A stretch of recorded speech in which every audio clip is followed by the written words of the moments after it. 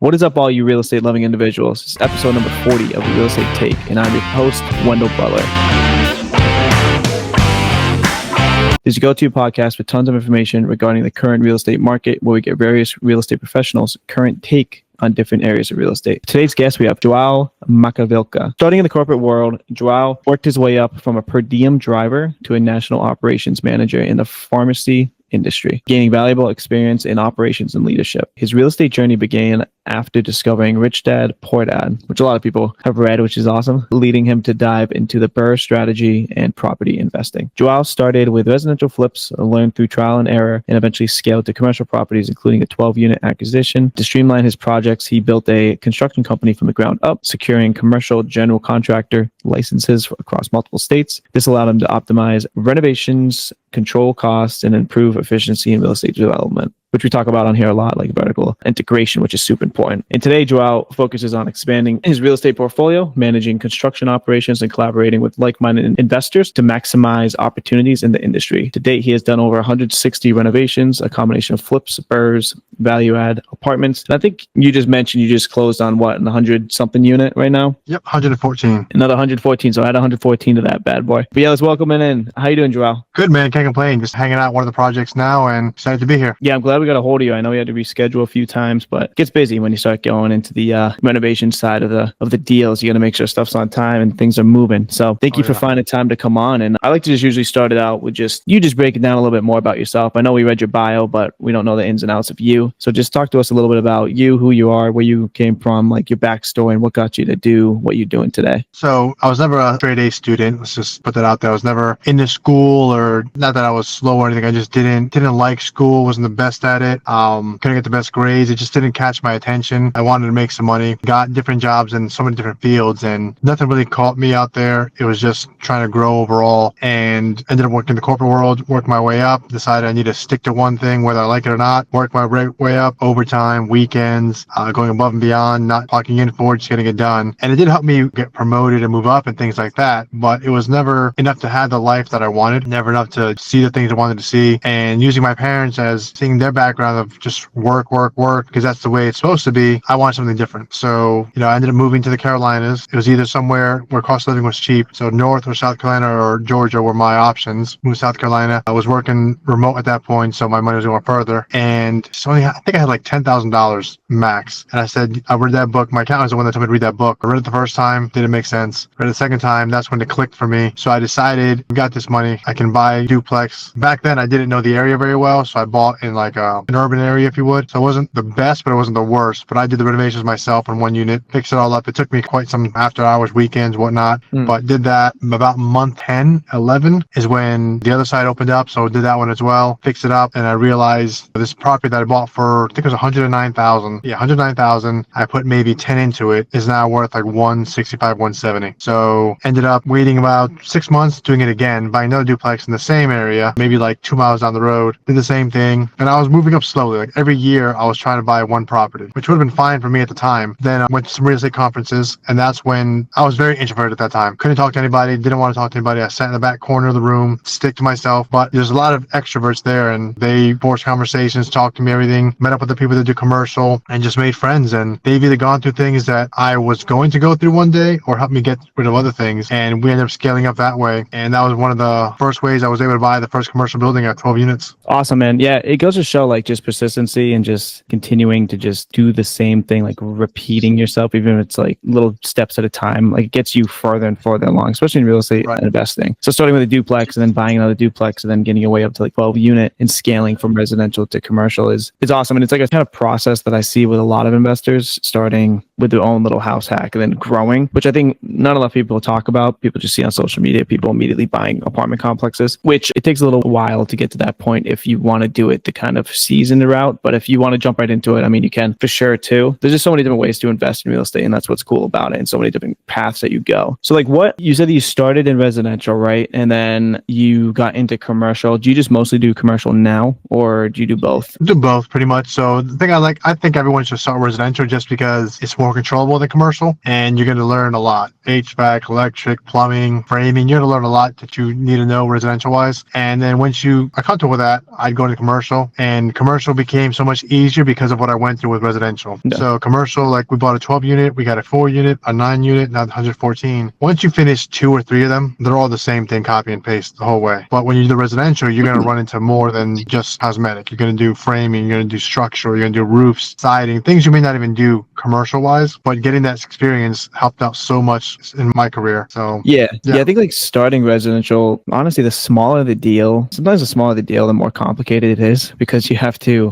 like with fix and flips, for example, like new build construction, you're building a certain product either from ground up, or you're making a fix and flip like a certain way that meets the market, what they want. So it's not just like turning a rental unit and kind of doing a copy and paste like rental unit type look, which you can almost do like the same thing in every single one basically, and just rip through it. Like fix and flip and new build, you have to be kind of strategic with it. So it's almost like you have to think more about doing those rehabs than just a commercial, like apartment flips or unit turns or stuff like that. But it probably gave you just a ton of insight, diving really deep into those, understanding the construction numbers, budgeting, and like what goes into a full rehab to help you like when you get onto the bigger units, like commercial units, right? You'd rather run into a small issue plumbing wise in a residential than you would a commercial. So that experience, knowing what to do, who to call, helps a lot. Yeah. So like what's the main difference? Like what did you see when you first went from residential to commercial? That was like the biggest difference. For me, it was like just understanding that you can force kind of equity by increasing like the rents or fixing the management processes better and like lowering your expenses. And that just alone increases how much the property's worth. Residential, you can't really do that as much. It's more just like buying correctly and then making it a nice finished product. Like what was the biggest changes you felt when you went from residential and started dabbling into commercial? And what did you like about it? And honestly, what did you not like about it too? Let's talk about that. No one ever talks about that. Right. So I'd say the value add was definitely there. So like you said, in a commercial, you can't really tear down a wall like you would residential. Like you can't say, I want to take down this wall and make this living room bigger and more open floor plan. It's not that easy in commercial. Like it's going to affect the structure of the whole thing. So you can't really do that. And if you do, it's going to be really expensive. But I like the simplicity of it. Once you get a system in place, a process in place, it makes it easier for you. You got more buying power. So Home Depot, Lowe's, whoever it is may know you now residential wise, but commercially they're gonna start to call you or text you or have you in their pocket for bigger people. So you get better discounts, better pricing, easier access to things. Residentially, what I liked about it is you can kind of go free. Like that floor plan, you're not married to it. If you want to take out a wall and put in a beam, go for it. You want to add another bathroom,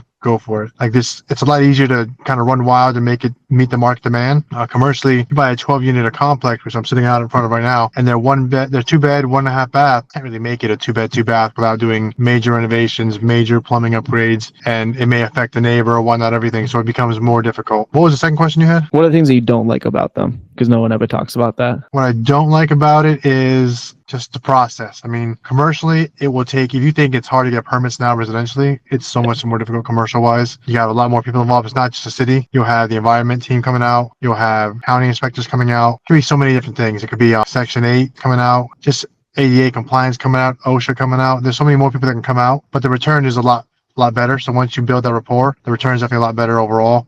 Just by raising the rents, $100 and a 12 unit, what is that, like 12,000 plus more a year that the property that brings in. So it just depends on what it is the end game is. My goal is always to do residential for 10 years and then go to commercial. But by going to these network events and meeting other people, some people are capital raisers, some are underwriters, some are construction. Everyone's got a specialty they can help out with. That helped me get into commercial so much faster. So the 114 unit complex I got into, there was a capital raiser who bought it himself, but his construction partner didn't know what they were doing or was doing things wrong. So he was in a bad spot. So I came in with my experience. He saw everything I've done and what I continue to do, and he put me in that spot and we became partners. So that's going to be a big project going forward, and it's going to suck for a year. It's going to be a lot of hard days and nights and weekends, but when it gets rolling, that's when it's going to be worth it. Yeah, I mean, you hit the nail on the head with like the difference between commercial and residential with like the permits and stuff. I think that's the only real big difference, honestly. And like the con of that, dealing with just the city more, which you only have to really go through it once, because if you buy in the same city again and again, they start to know you. It starts to get a little bit easier. So usually their first time through is the biggest pain in the butt. But then after that, it kind of moves faster because you understand how they work. But like other than that con, it's like,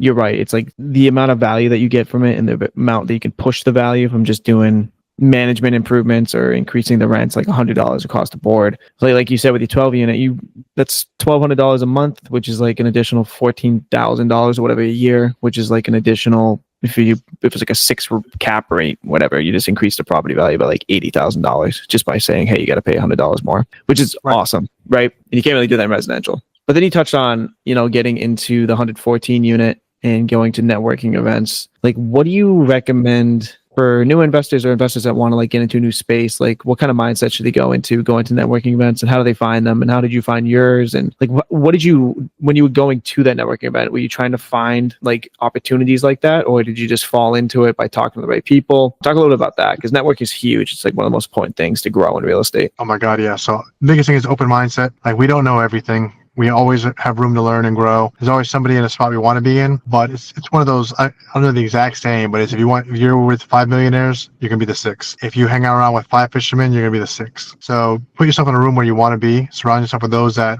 are in a spot you want to be at. Slowly but surely, you're going to grow with them. You're going to learn the same way as them. I went to network events to kind of learn things that I didn't know, to kind of see, okay, well, how's he doing his projects? What do they do in this situation? I didn't really go there to meet people versus answer my own questions or get better. And fortunately, I met more people. So they will come talk to you. They will just come up to you and start asking questions. And, that's how we met a lot of people. We'd go out to party or drinks, go to little side, what do they call them? I don't know what to call them, where they can split the room up into like, hey, multifamily go in this room, and then storage go in this room, and breakout groups. So yeah, there's different ways of doing that thing. How I found them was the easiest one was your local CREA. So the Residential Investment Association for whatever city or state you're in. Facebook, just put in groups, Facebook investors in your city, and you'll find a lot of them. And a lot of them have monthly meetups, quarterly meetups, or things like that. And they usually at breweries, so it's always a fun time. And then just find out those bigger ones. Like, Bigger Pockets is having one now, probably one of the biggest ones to go to. But they have other ones across the U.S., depending on what market you're in or what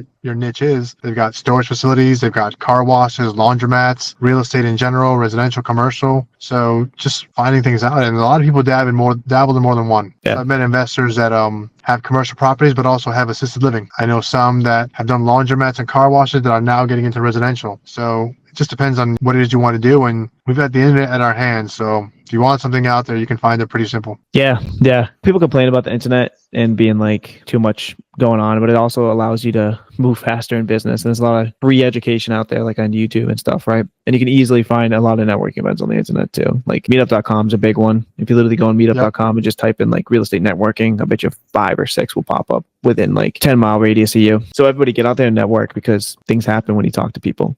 It just happens. I would not have any commercial without networking. Yeah. So with the mindset of going from residential to commercial, like say you met your first partner, or even this 114 unit, let's talk about this one, because that's a big jump, right? You went from you did a 12 and 9 and then a 54, and then you pretty much doubled that, right, to 114. What's the mindset going into it? And is it the same as like your other 50 plus unit or your 12 unit? And it's just kind of just doing the math, and that's the difference. I guess, like, how are you approaching that? Like for someone that's looking to get into it, like how are you not making yourself overwhelmed? Like, how are you dealing with that? Oh man, I'm always tired. So it's just the potential, the growth, like what's there. We were looking at it, and I think it's for $3 million. The renovation budget is around $2.5–3 million, and the current ARV came back at 18.5. So it's like, it's going to suck for a year or two. Just all the work, all the headaches, all the stress. But once we hit, I think 40 being rented out, it's back in the positive cash flow. Yeah. And it doesn't include the clubhouse on site, which has a restaurant, a bar, an ice cream bar, a pool, owner's lounge.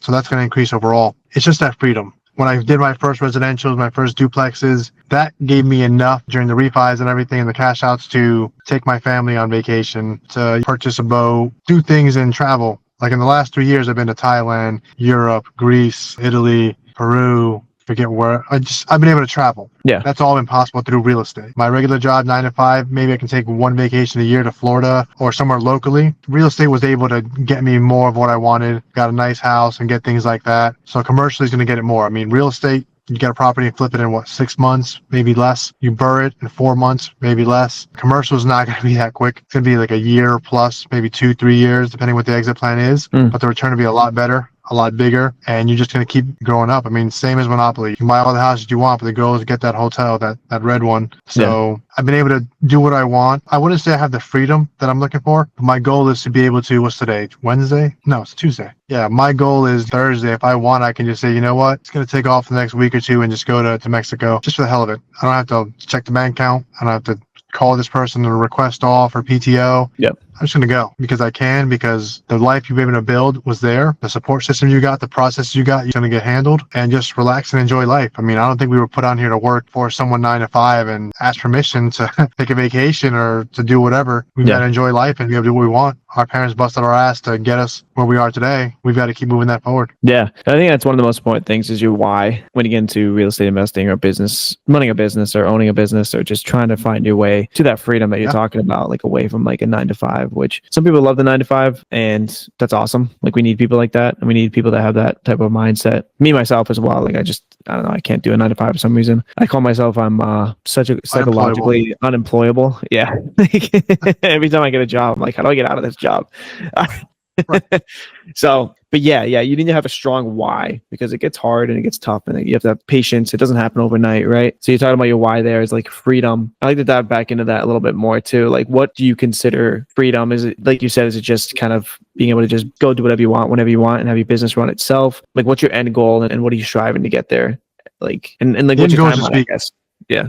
Yeah. The end goal is, like you said, freedom to do what I want, when I want, and not have to worry about things, knowing everything is running in place, and I've got tenants in place, property management in place, and everything's being handled. So it's just appreciating over time. Things are going up in cash flow as well, and just travel the world, have good food, visit good places, and experience everything they've got. As far as the timeline, I'm hoping the 114 unit may be pretty much close to it, because we finished the 12 unit, I want to say a year and a half ago. 54 units more than half done, and 114 unit just started. So it's going to be pretty much like stairs. Like every year, it's going to be a different check going forward, different size. So I'm hoping the next 5 years, it's going to be a way different conversation. But I've always said that for every year. Like, hey, next year won't be as bad. I'm going to bust my ass this year, and next year will be easier. And bigger deals just come. More work comes. So I think this will be probably one where I can take a few months off. And, you know, like one of my mentors, Nate Barger, I think from October until January, he's just on vacation every year. Yeah. Which is amazing. He's just traveling the world with his family and just seeing everything, which sounds amazing. Like, hey, in the cold season, I'm not going to be home. I'm going to be in Hawaii. I think they were in Switzerland last year, or just enjoying life. Yeah. Nate runs a great Facebook group too. I think it's called just BRRRR Invest. Yeah. I think so. There's like 500,000 people in there, and it's great. It's great. So if anyone's watching this or wants to join a good Facebook group, that is a good Facebook group. People just post about deals and stuff, what they're doing. You can get a little bit of positivity, seeing like what other people are doing. Obviously there's some negative people in there that are like, no way you're doing that. It's like, okay. Yep, always there. Always. So speaking about your deals too, like, so you found the 114 unit from networking. How did you find like the 54 unit and other unit multifamily commercial properties? And then where do you kind of focus mostly? It's just that North Carolina, South Carolina, Georgia area? So pretty much anywhere I can go physically myself and see the properties, see the projects, see what needs to be done is how I like to do them. We do have one unit in Pennsylvania. It's a 9 unit. And the only reason I did that one is because one of my partners that's in this 12 and 54 lives in Pennsylvania. So someone I trust fully has their boots in the ground, can knock things out.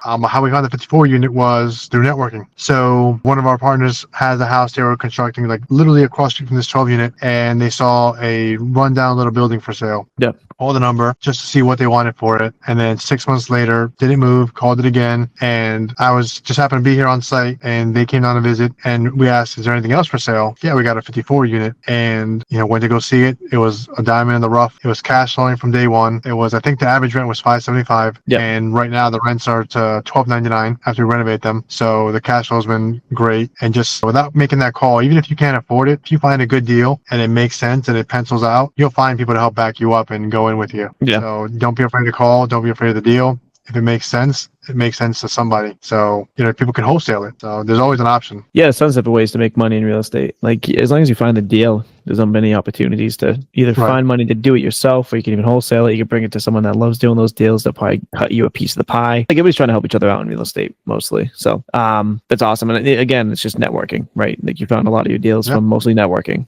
And that's one of the best ways to do it, honestly, because you spread a bigger web, and it's not just like you looking for deals and getting like scared that you can't do it yourself. You have other people that want to do the deals with you, and then you have a team, and it's great. And that's how you keep growing. So what's something about like let's go back to like your first deal that you ever did, and like your mindset there compared to like the mindset now that you have, right? So like let's talk about the differences and look back a little bit about how much you've changed coming from then until now. And just dive into that a little bit. Maybe talk about your first deal, what it was, some of the mistakes you made, and then how you have like like brought that into the newer deals to not make those mistakes or same mistakes? The mistakes I made, Jesus, it's a lot for the first Yeah. 2 years.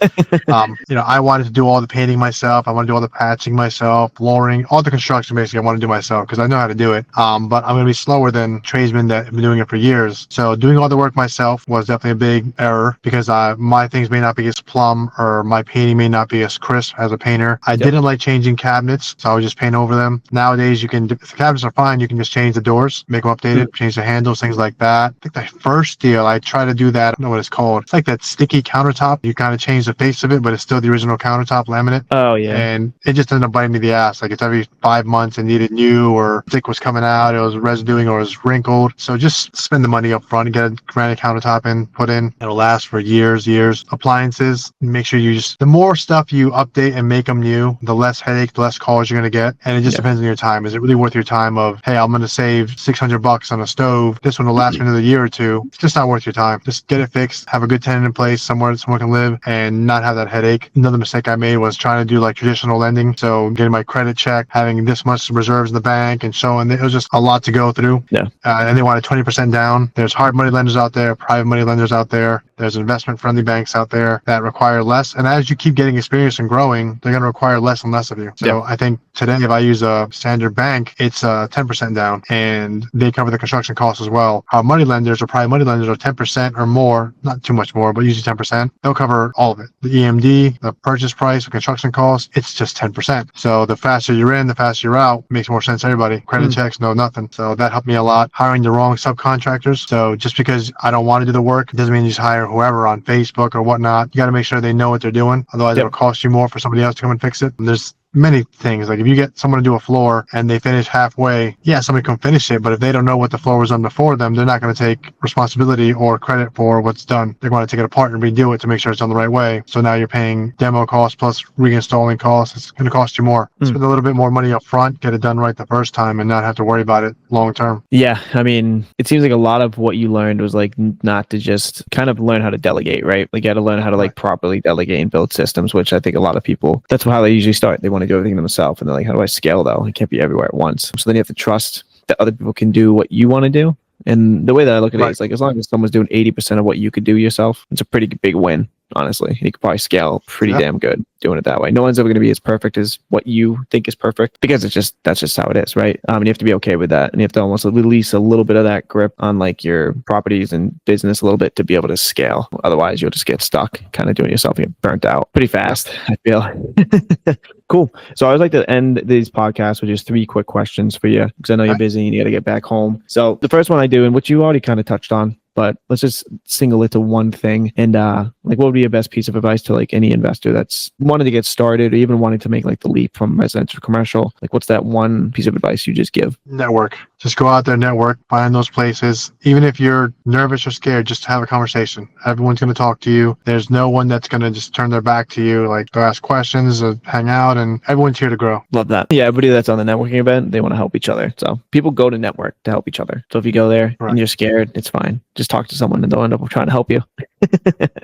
Right. Exactly. And then I always like to ask, like, what's your favorite business, investing, or real estate book or podcast that you would recommend to anybody? So Rich Dad, Poor Dad was the first one, but after that one, the one that helped me the most, to your point earlier, was Who Not How. So that kind of showed you can I post on social media? Yeah. Can I put in floors? Yeah. But it's not my specialty. It's not my niche. I've got to find someone that is their specialty in the niche, make sure they do it and just make sure they're doing it right. But besides that, give me the time to do what I'm good at. So that was another book that helped me out a lot. Yeah, that's a great book. Teaches you how to delegate. Teaches you how to instead of saying, how do I do this? It's who do I find to do this?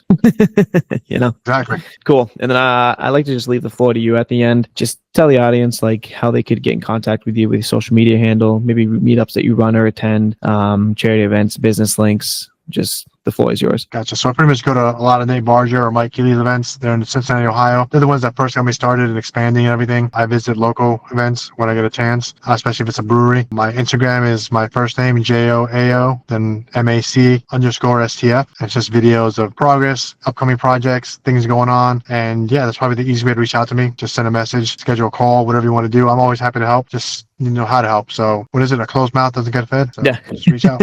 Awesome. And I'll put all that stuff in the bio as well below. For anybody that's listening, you can just click that to reach out to Joao. Awesome. Yeah. Thank you for coming on today. And I appreciate you taking the time to speak with us. Yeah, man. Thanks for having me. Awesome. And thank you all for listening.